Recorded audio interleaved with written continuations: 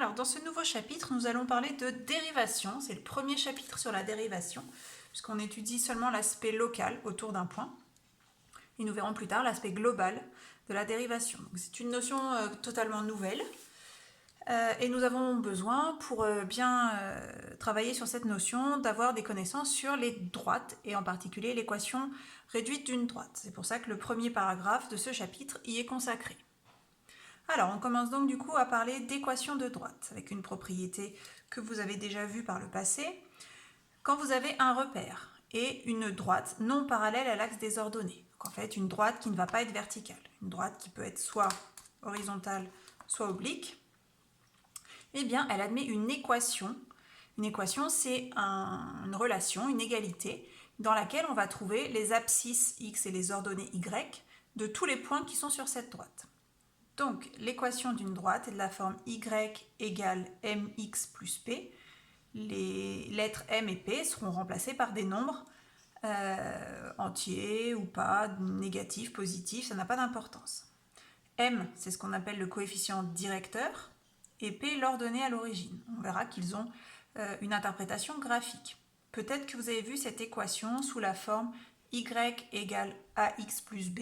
C'est la même chose, j'ai juste choisi d'appeler ici m et p, parce qu'on va avoir besoin de la lettre petit a plus tard.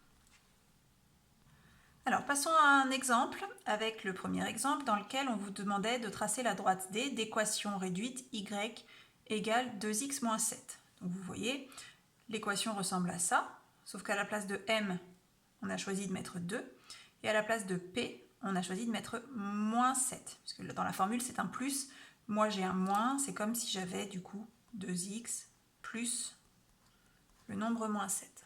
Donc ici, m vaut 2 et p vaut moins 7. On peut le noter à côté pour s'en rappeler plus tard. Ensuite, une fois qu'on aura tracé la droite, on nous demandera de vérifier par le calcul si un point particulier semble appartenir ou non à la droite. Alors, pour tracer une droite, on a besoin de finalement peu de choses. On a besoin de 2 points. Dès qu'on a 2 points de cette droite, on est capable de la tracer. Donc pour obtenir 2 points, on va choisir successivement, donc l'une après l'autre, 2 valeurs différentes de x, x représentant des abscisses. Et on va calculer l'ordonnée y correspondante. Alors j'ai choisi, moi, de prendre x égale 0 et x égale 2. Alors évidemment, vous pouvez tout à fait choisir d'autres valeurs de x.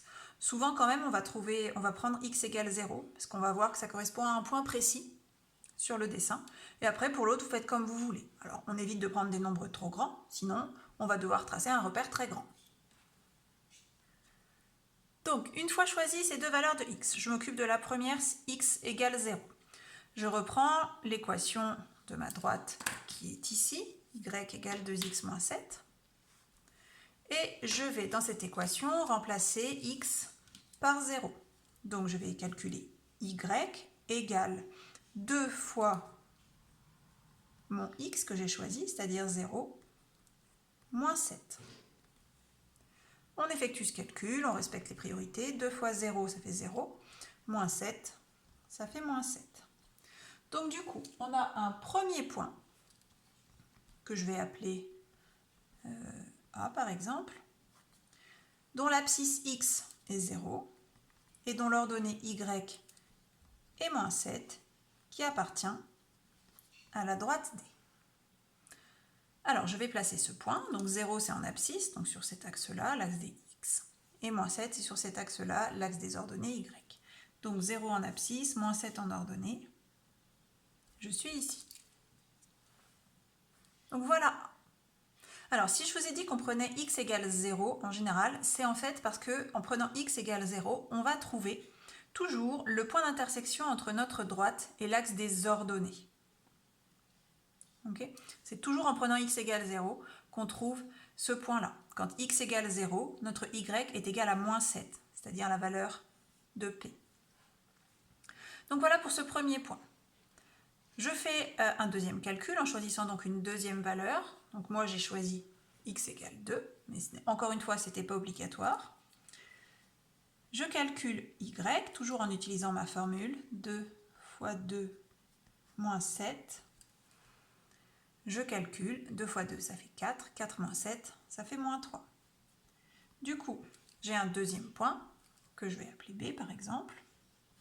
Alors son abscisse X c'est 2, son ordonnée Y c'est moins 3 et je sais que ce point appartient à D puisque j'ai utilisé l'équation de la droite D.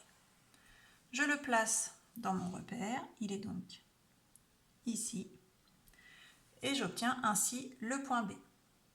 Alors juste pour vous montrer que si j'avais choisi une autre valeur de X, ça n'aurait rien changé. Imaginons que j'ai pris X égale 3 par exemple. Ne l'écrivez pas ça. Ça va faire Y égale 2 fois 3 moins 7. 2 fois 3 ça fait 6, moins 7 ça fait moins 1. Et j'obtiendrai un point de coordonnées 3, moins 1, donc qui serait ici.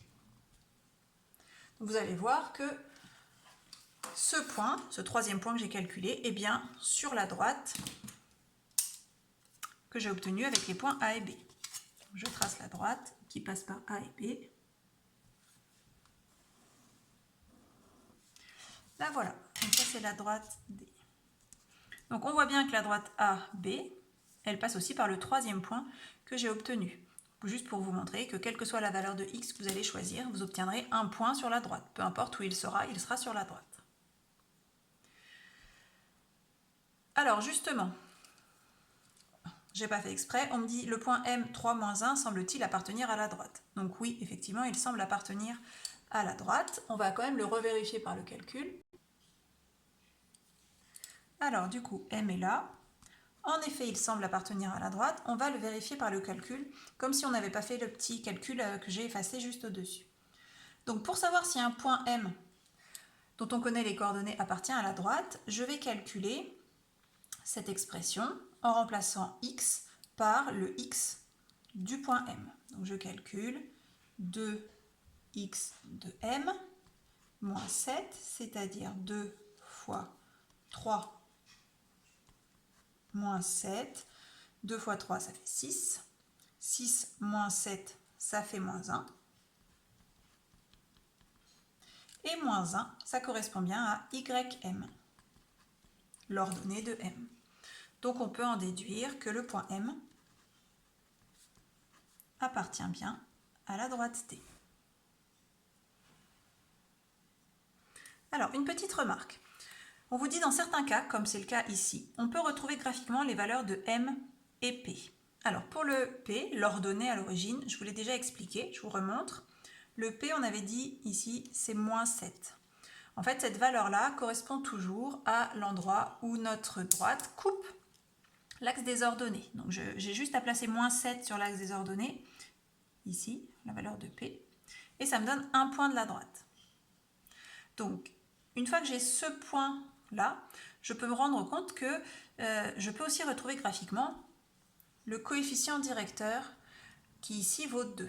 Donc pour faire ça, on remarque que si je me place sur un point de la droite, donc celui-ci est très bien, et que j'avance de 1 unité en abscisse, on avance toujours de 1 unité en abscisse, et bien pour rejoindre ma droite, il faut que verticalement, je monte, d'où un coefficient directeur positif, et je monte de 2 unités.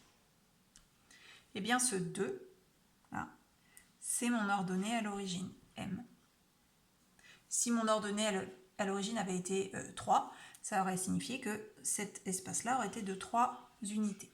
On va le voir dans la partie 2 de cet exemple. Alors vous, sur les feuilles que vous avez eues sur Pronote, toutes les droites sont déjà tracées. Ici, je vais vous expliquer comment est-ce que j'ai fait pour tracer ces droites. Donc on ne va pas forcément utiliser la même technique pour chacune des 3 droites. Pour D1, on va faire la technique de l'exemple précédent, c'est-à-dire trouver 2 points. Alors, je vais faire les calculs en dessous, et puis ensuite tracer la droite ici. Alors, pour D1, on a dit pour tracer une droite, il me faut 2 points. Pour avoir 2 points, il faut que je choisisse 2 valeurs de x différentes. On a dit en général on prend x égale 0, et puis on verra après la deuxième valeur de x qu'on prend. Alors, si x vaut 0, donc j'utilise cette équation-là, puisque j'en suis à D1. Donc, je vais calculer y égale 0,5 fois mon x, ici c'est 0, moins 3, et on obtient, ça fait 0, on obtient moins 3. Donc, mon premier point, qui appartient à cette droite, c'est le point 0, moins 3. Alors, je peux le placer directement ici. Voilà, ça c'est un point de ma droite. Ensuite, je vais choisir une autre valeur de x.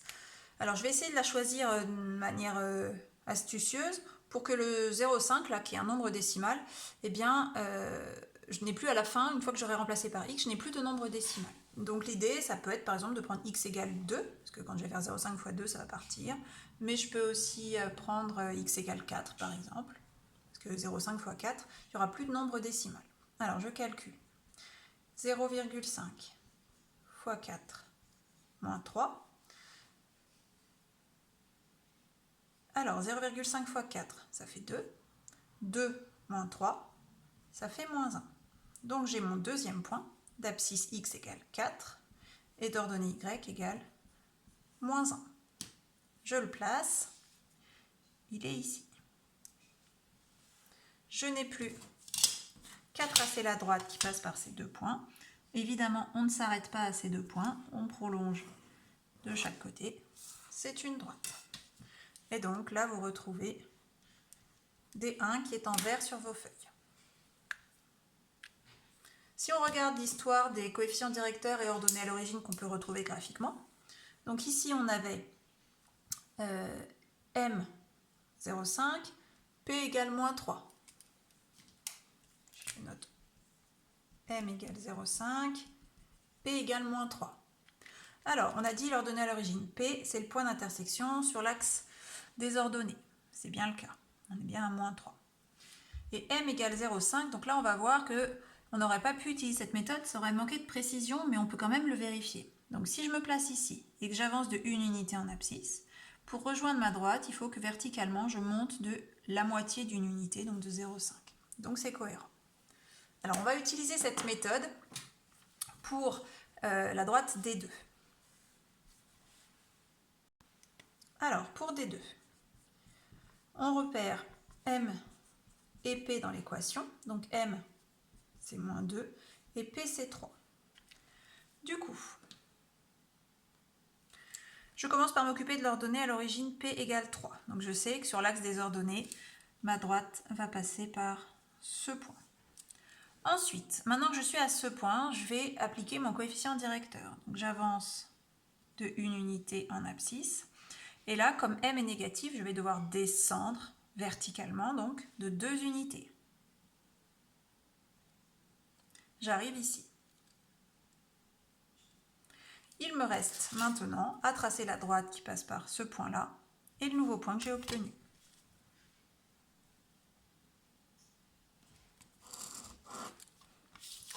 Et voilà D2.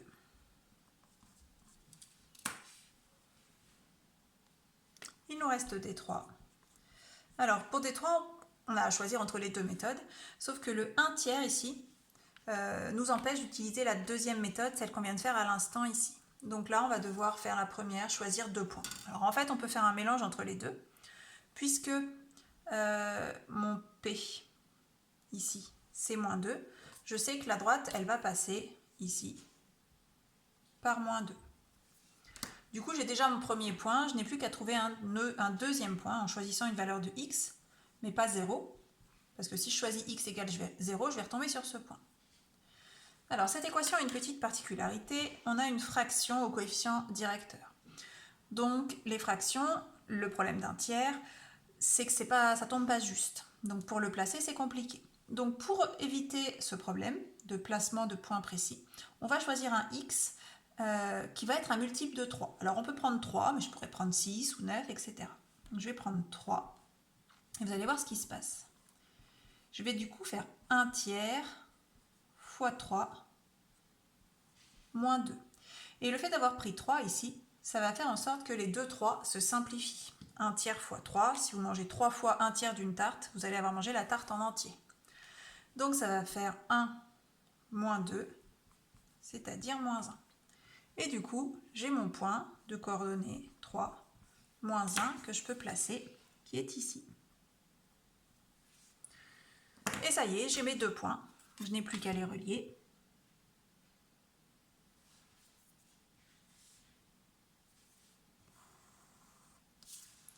Et voilà, D3.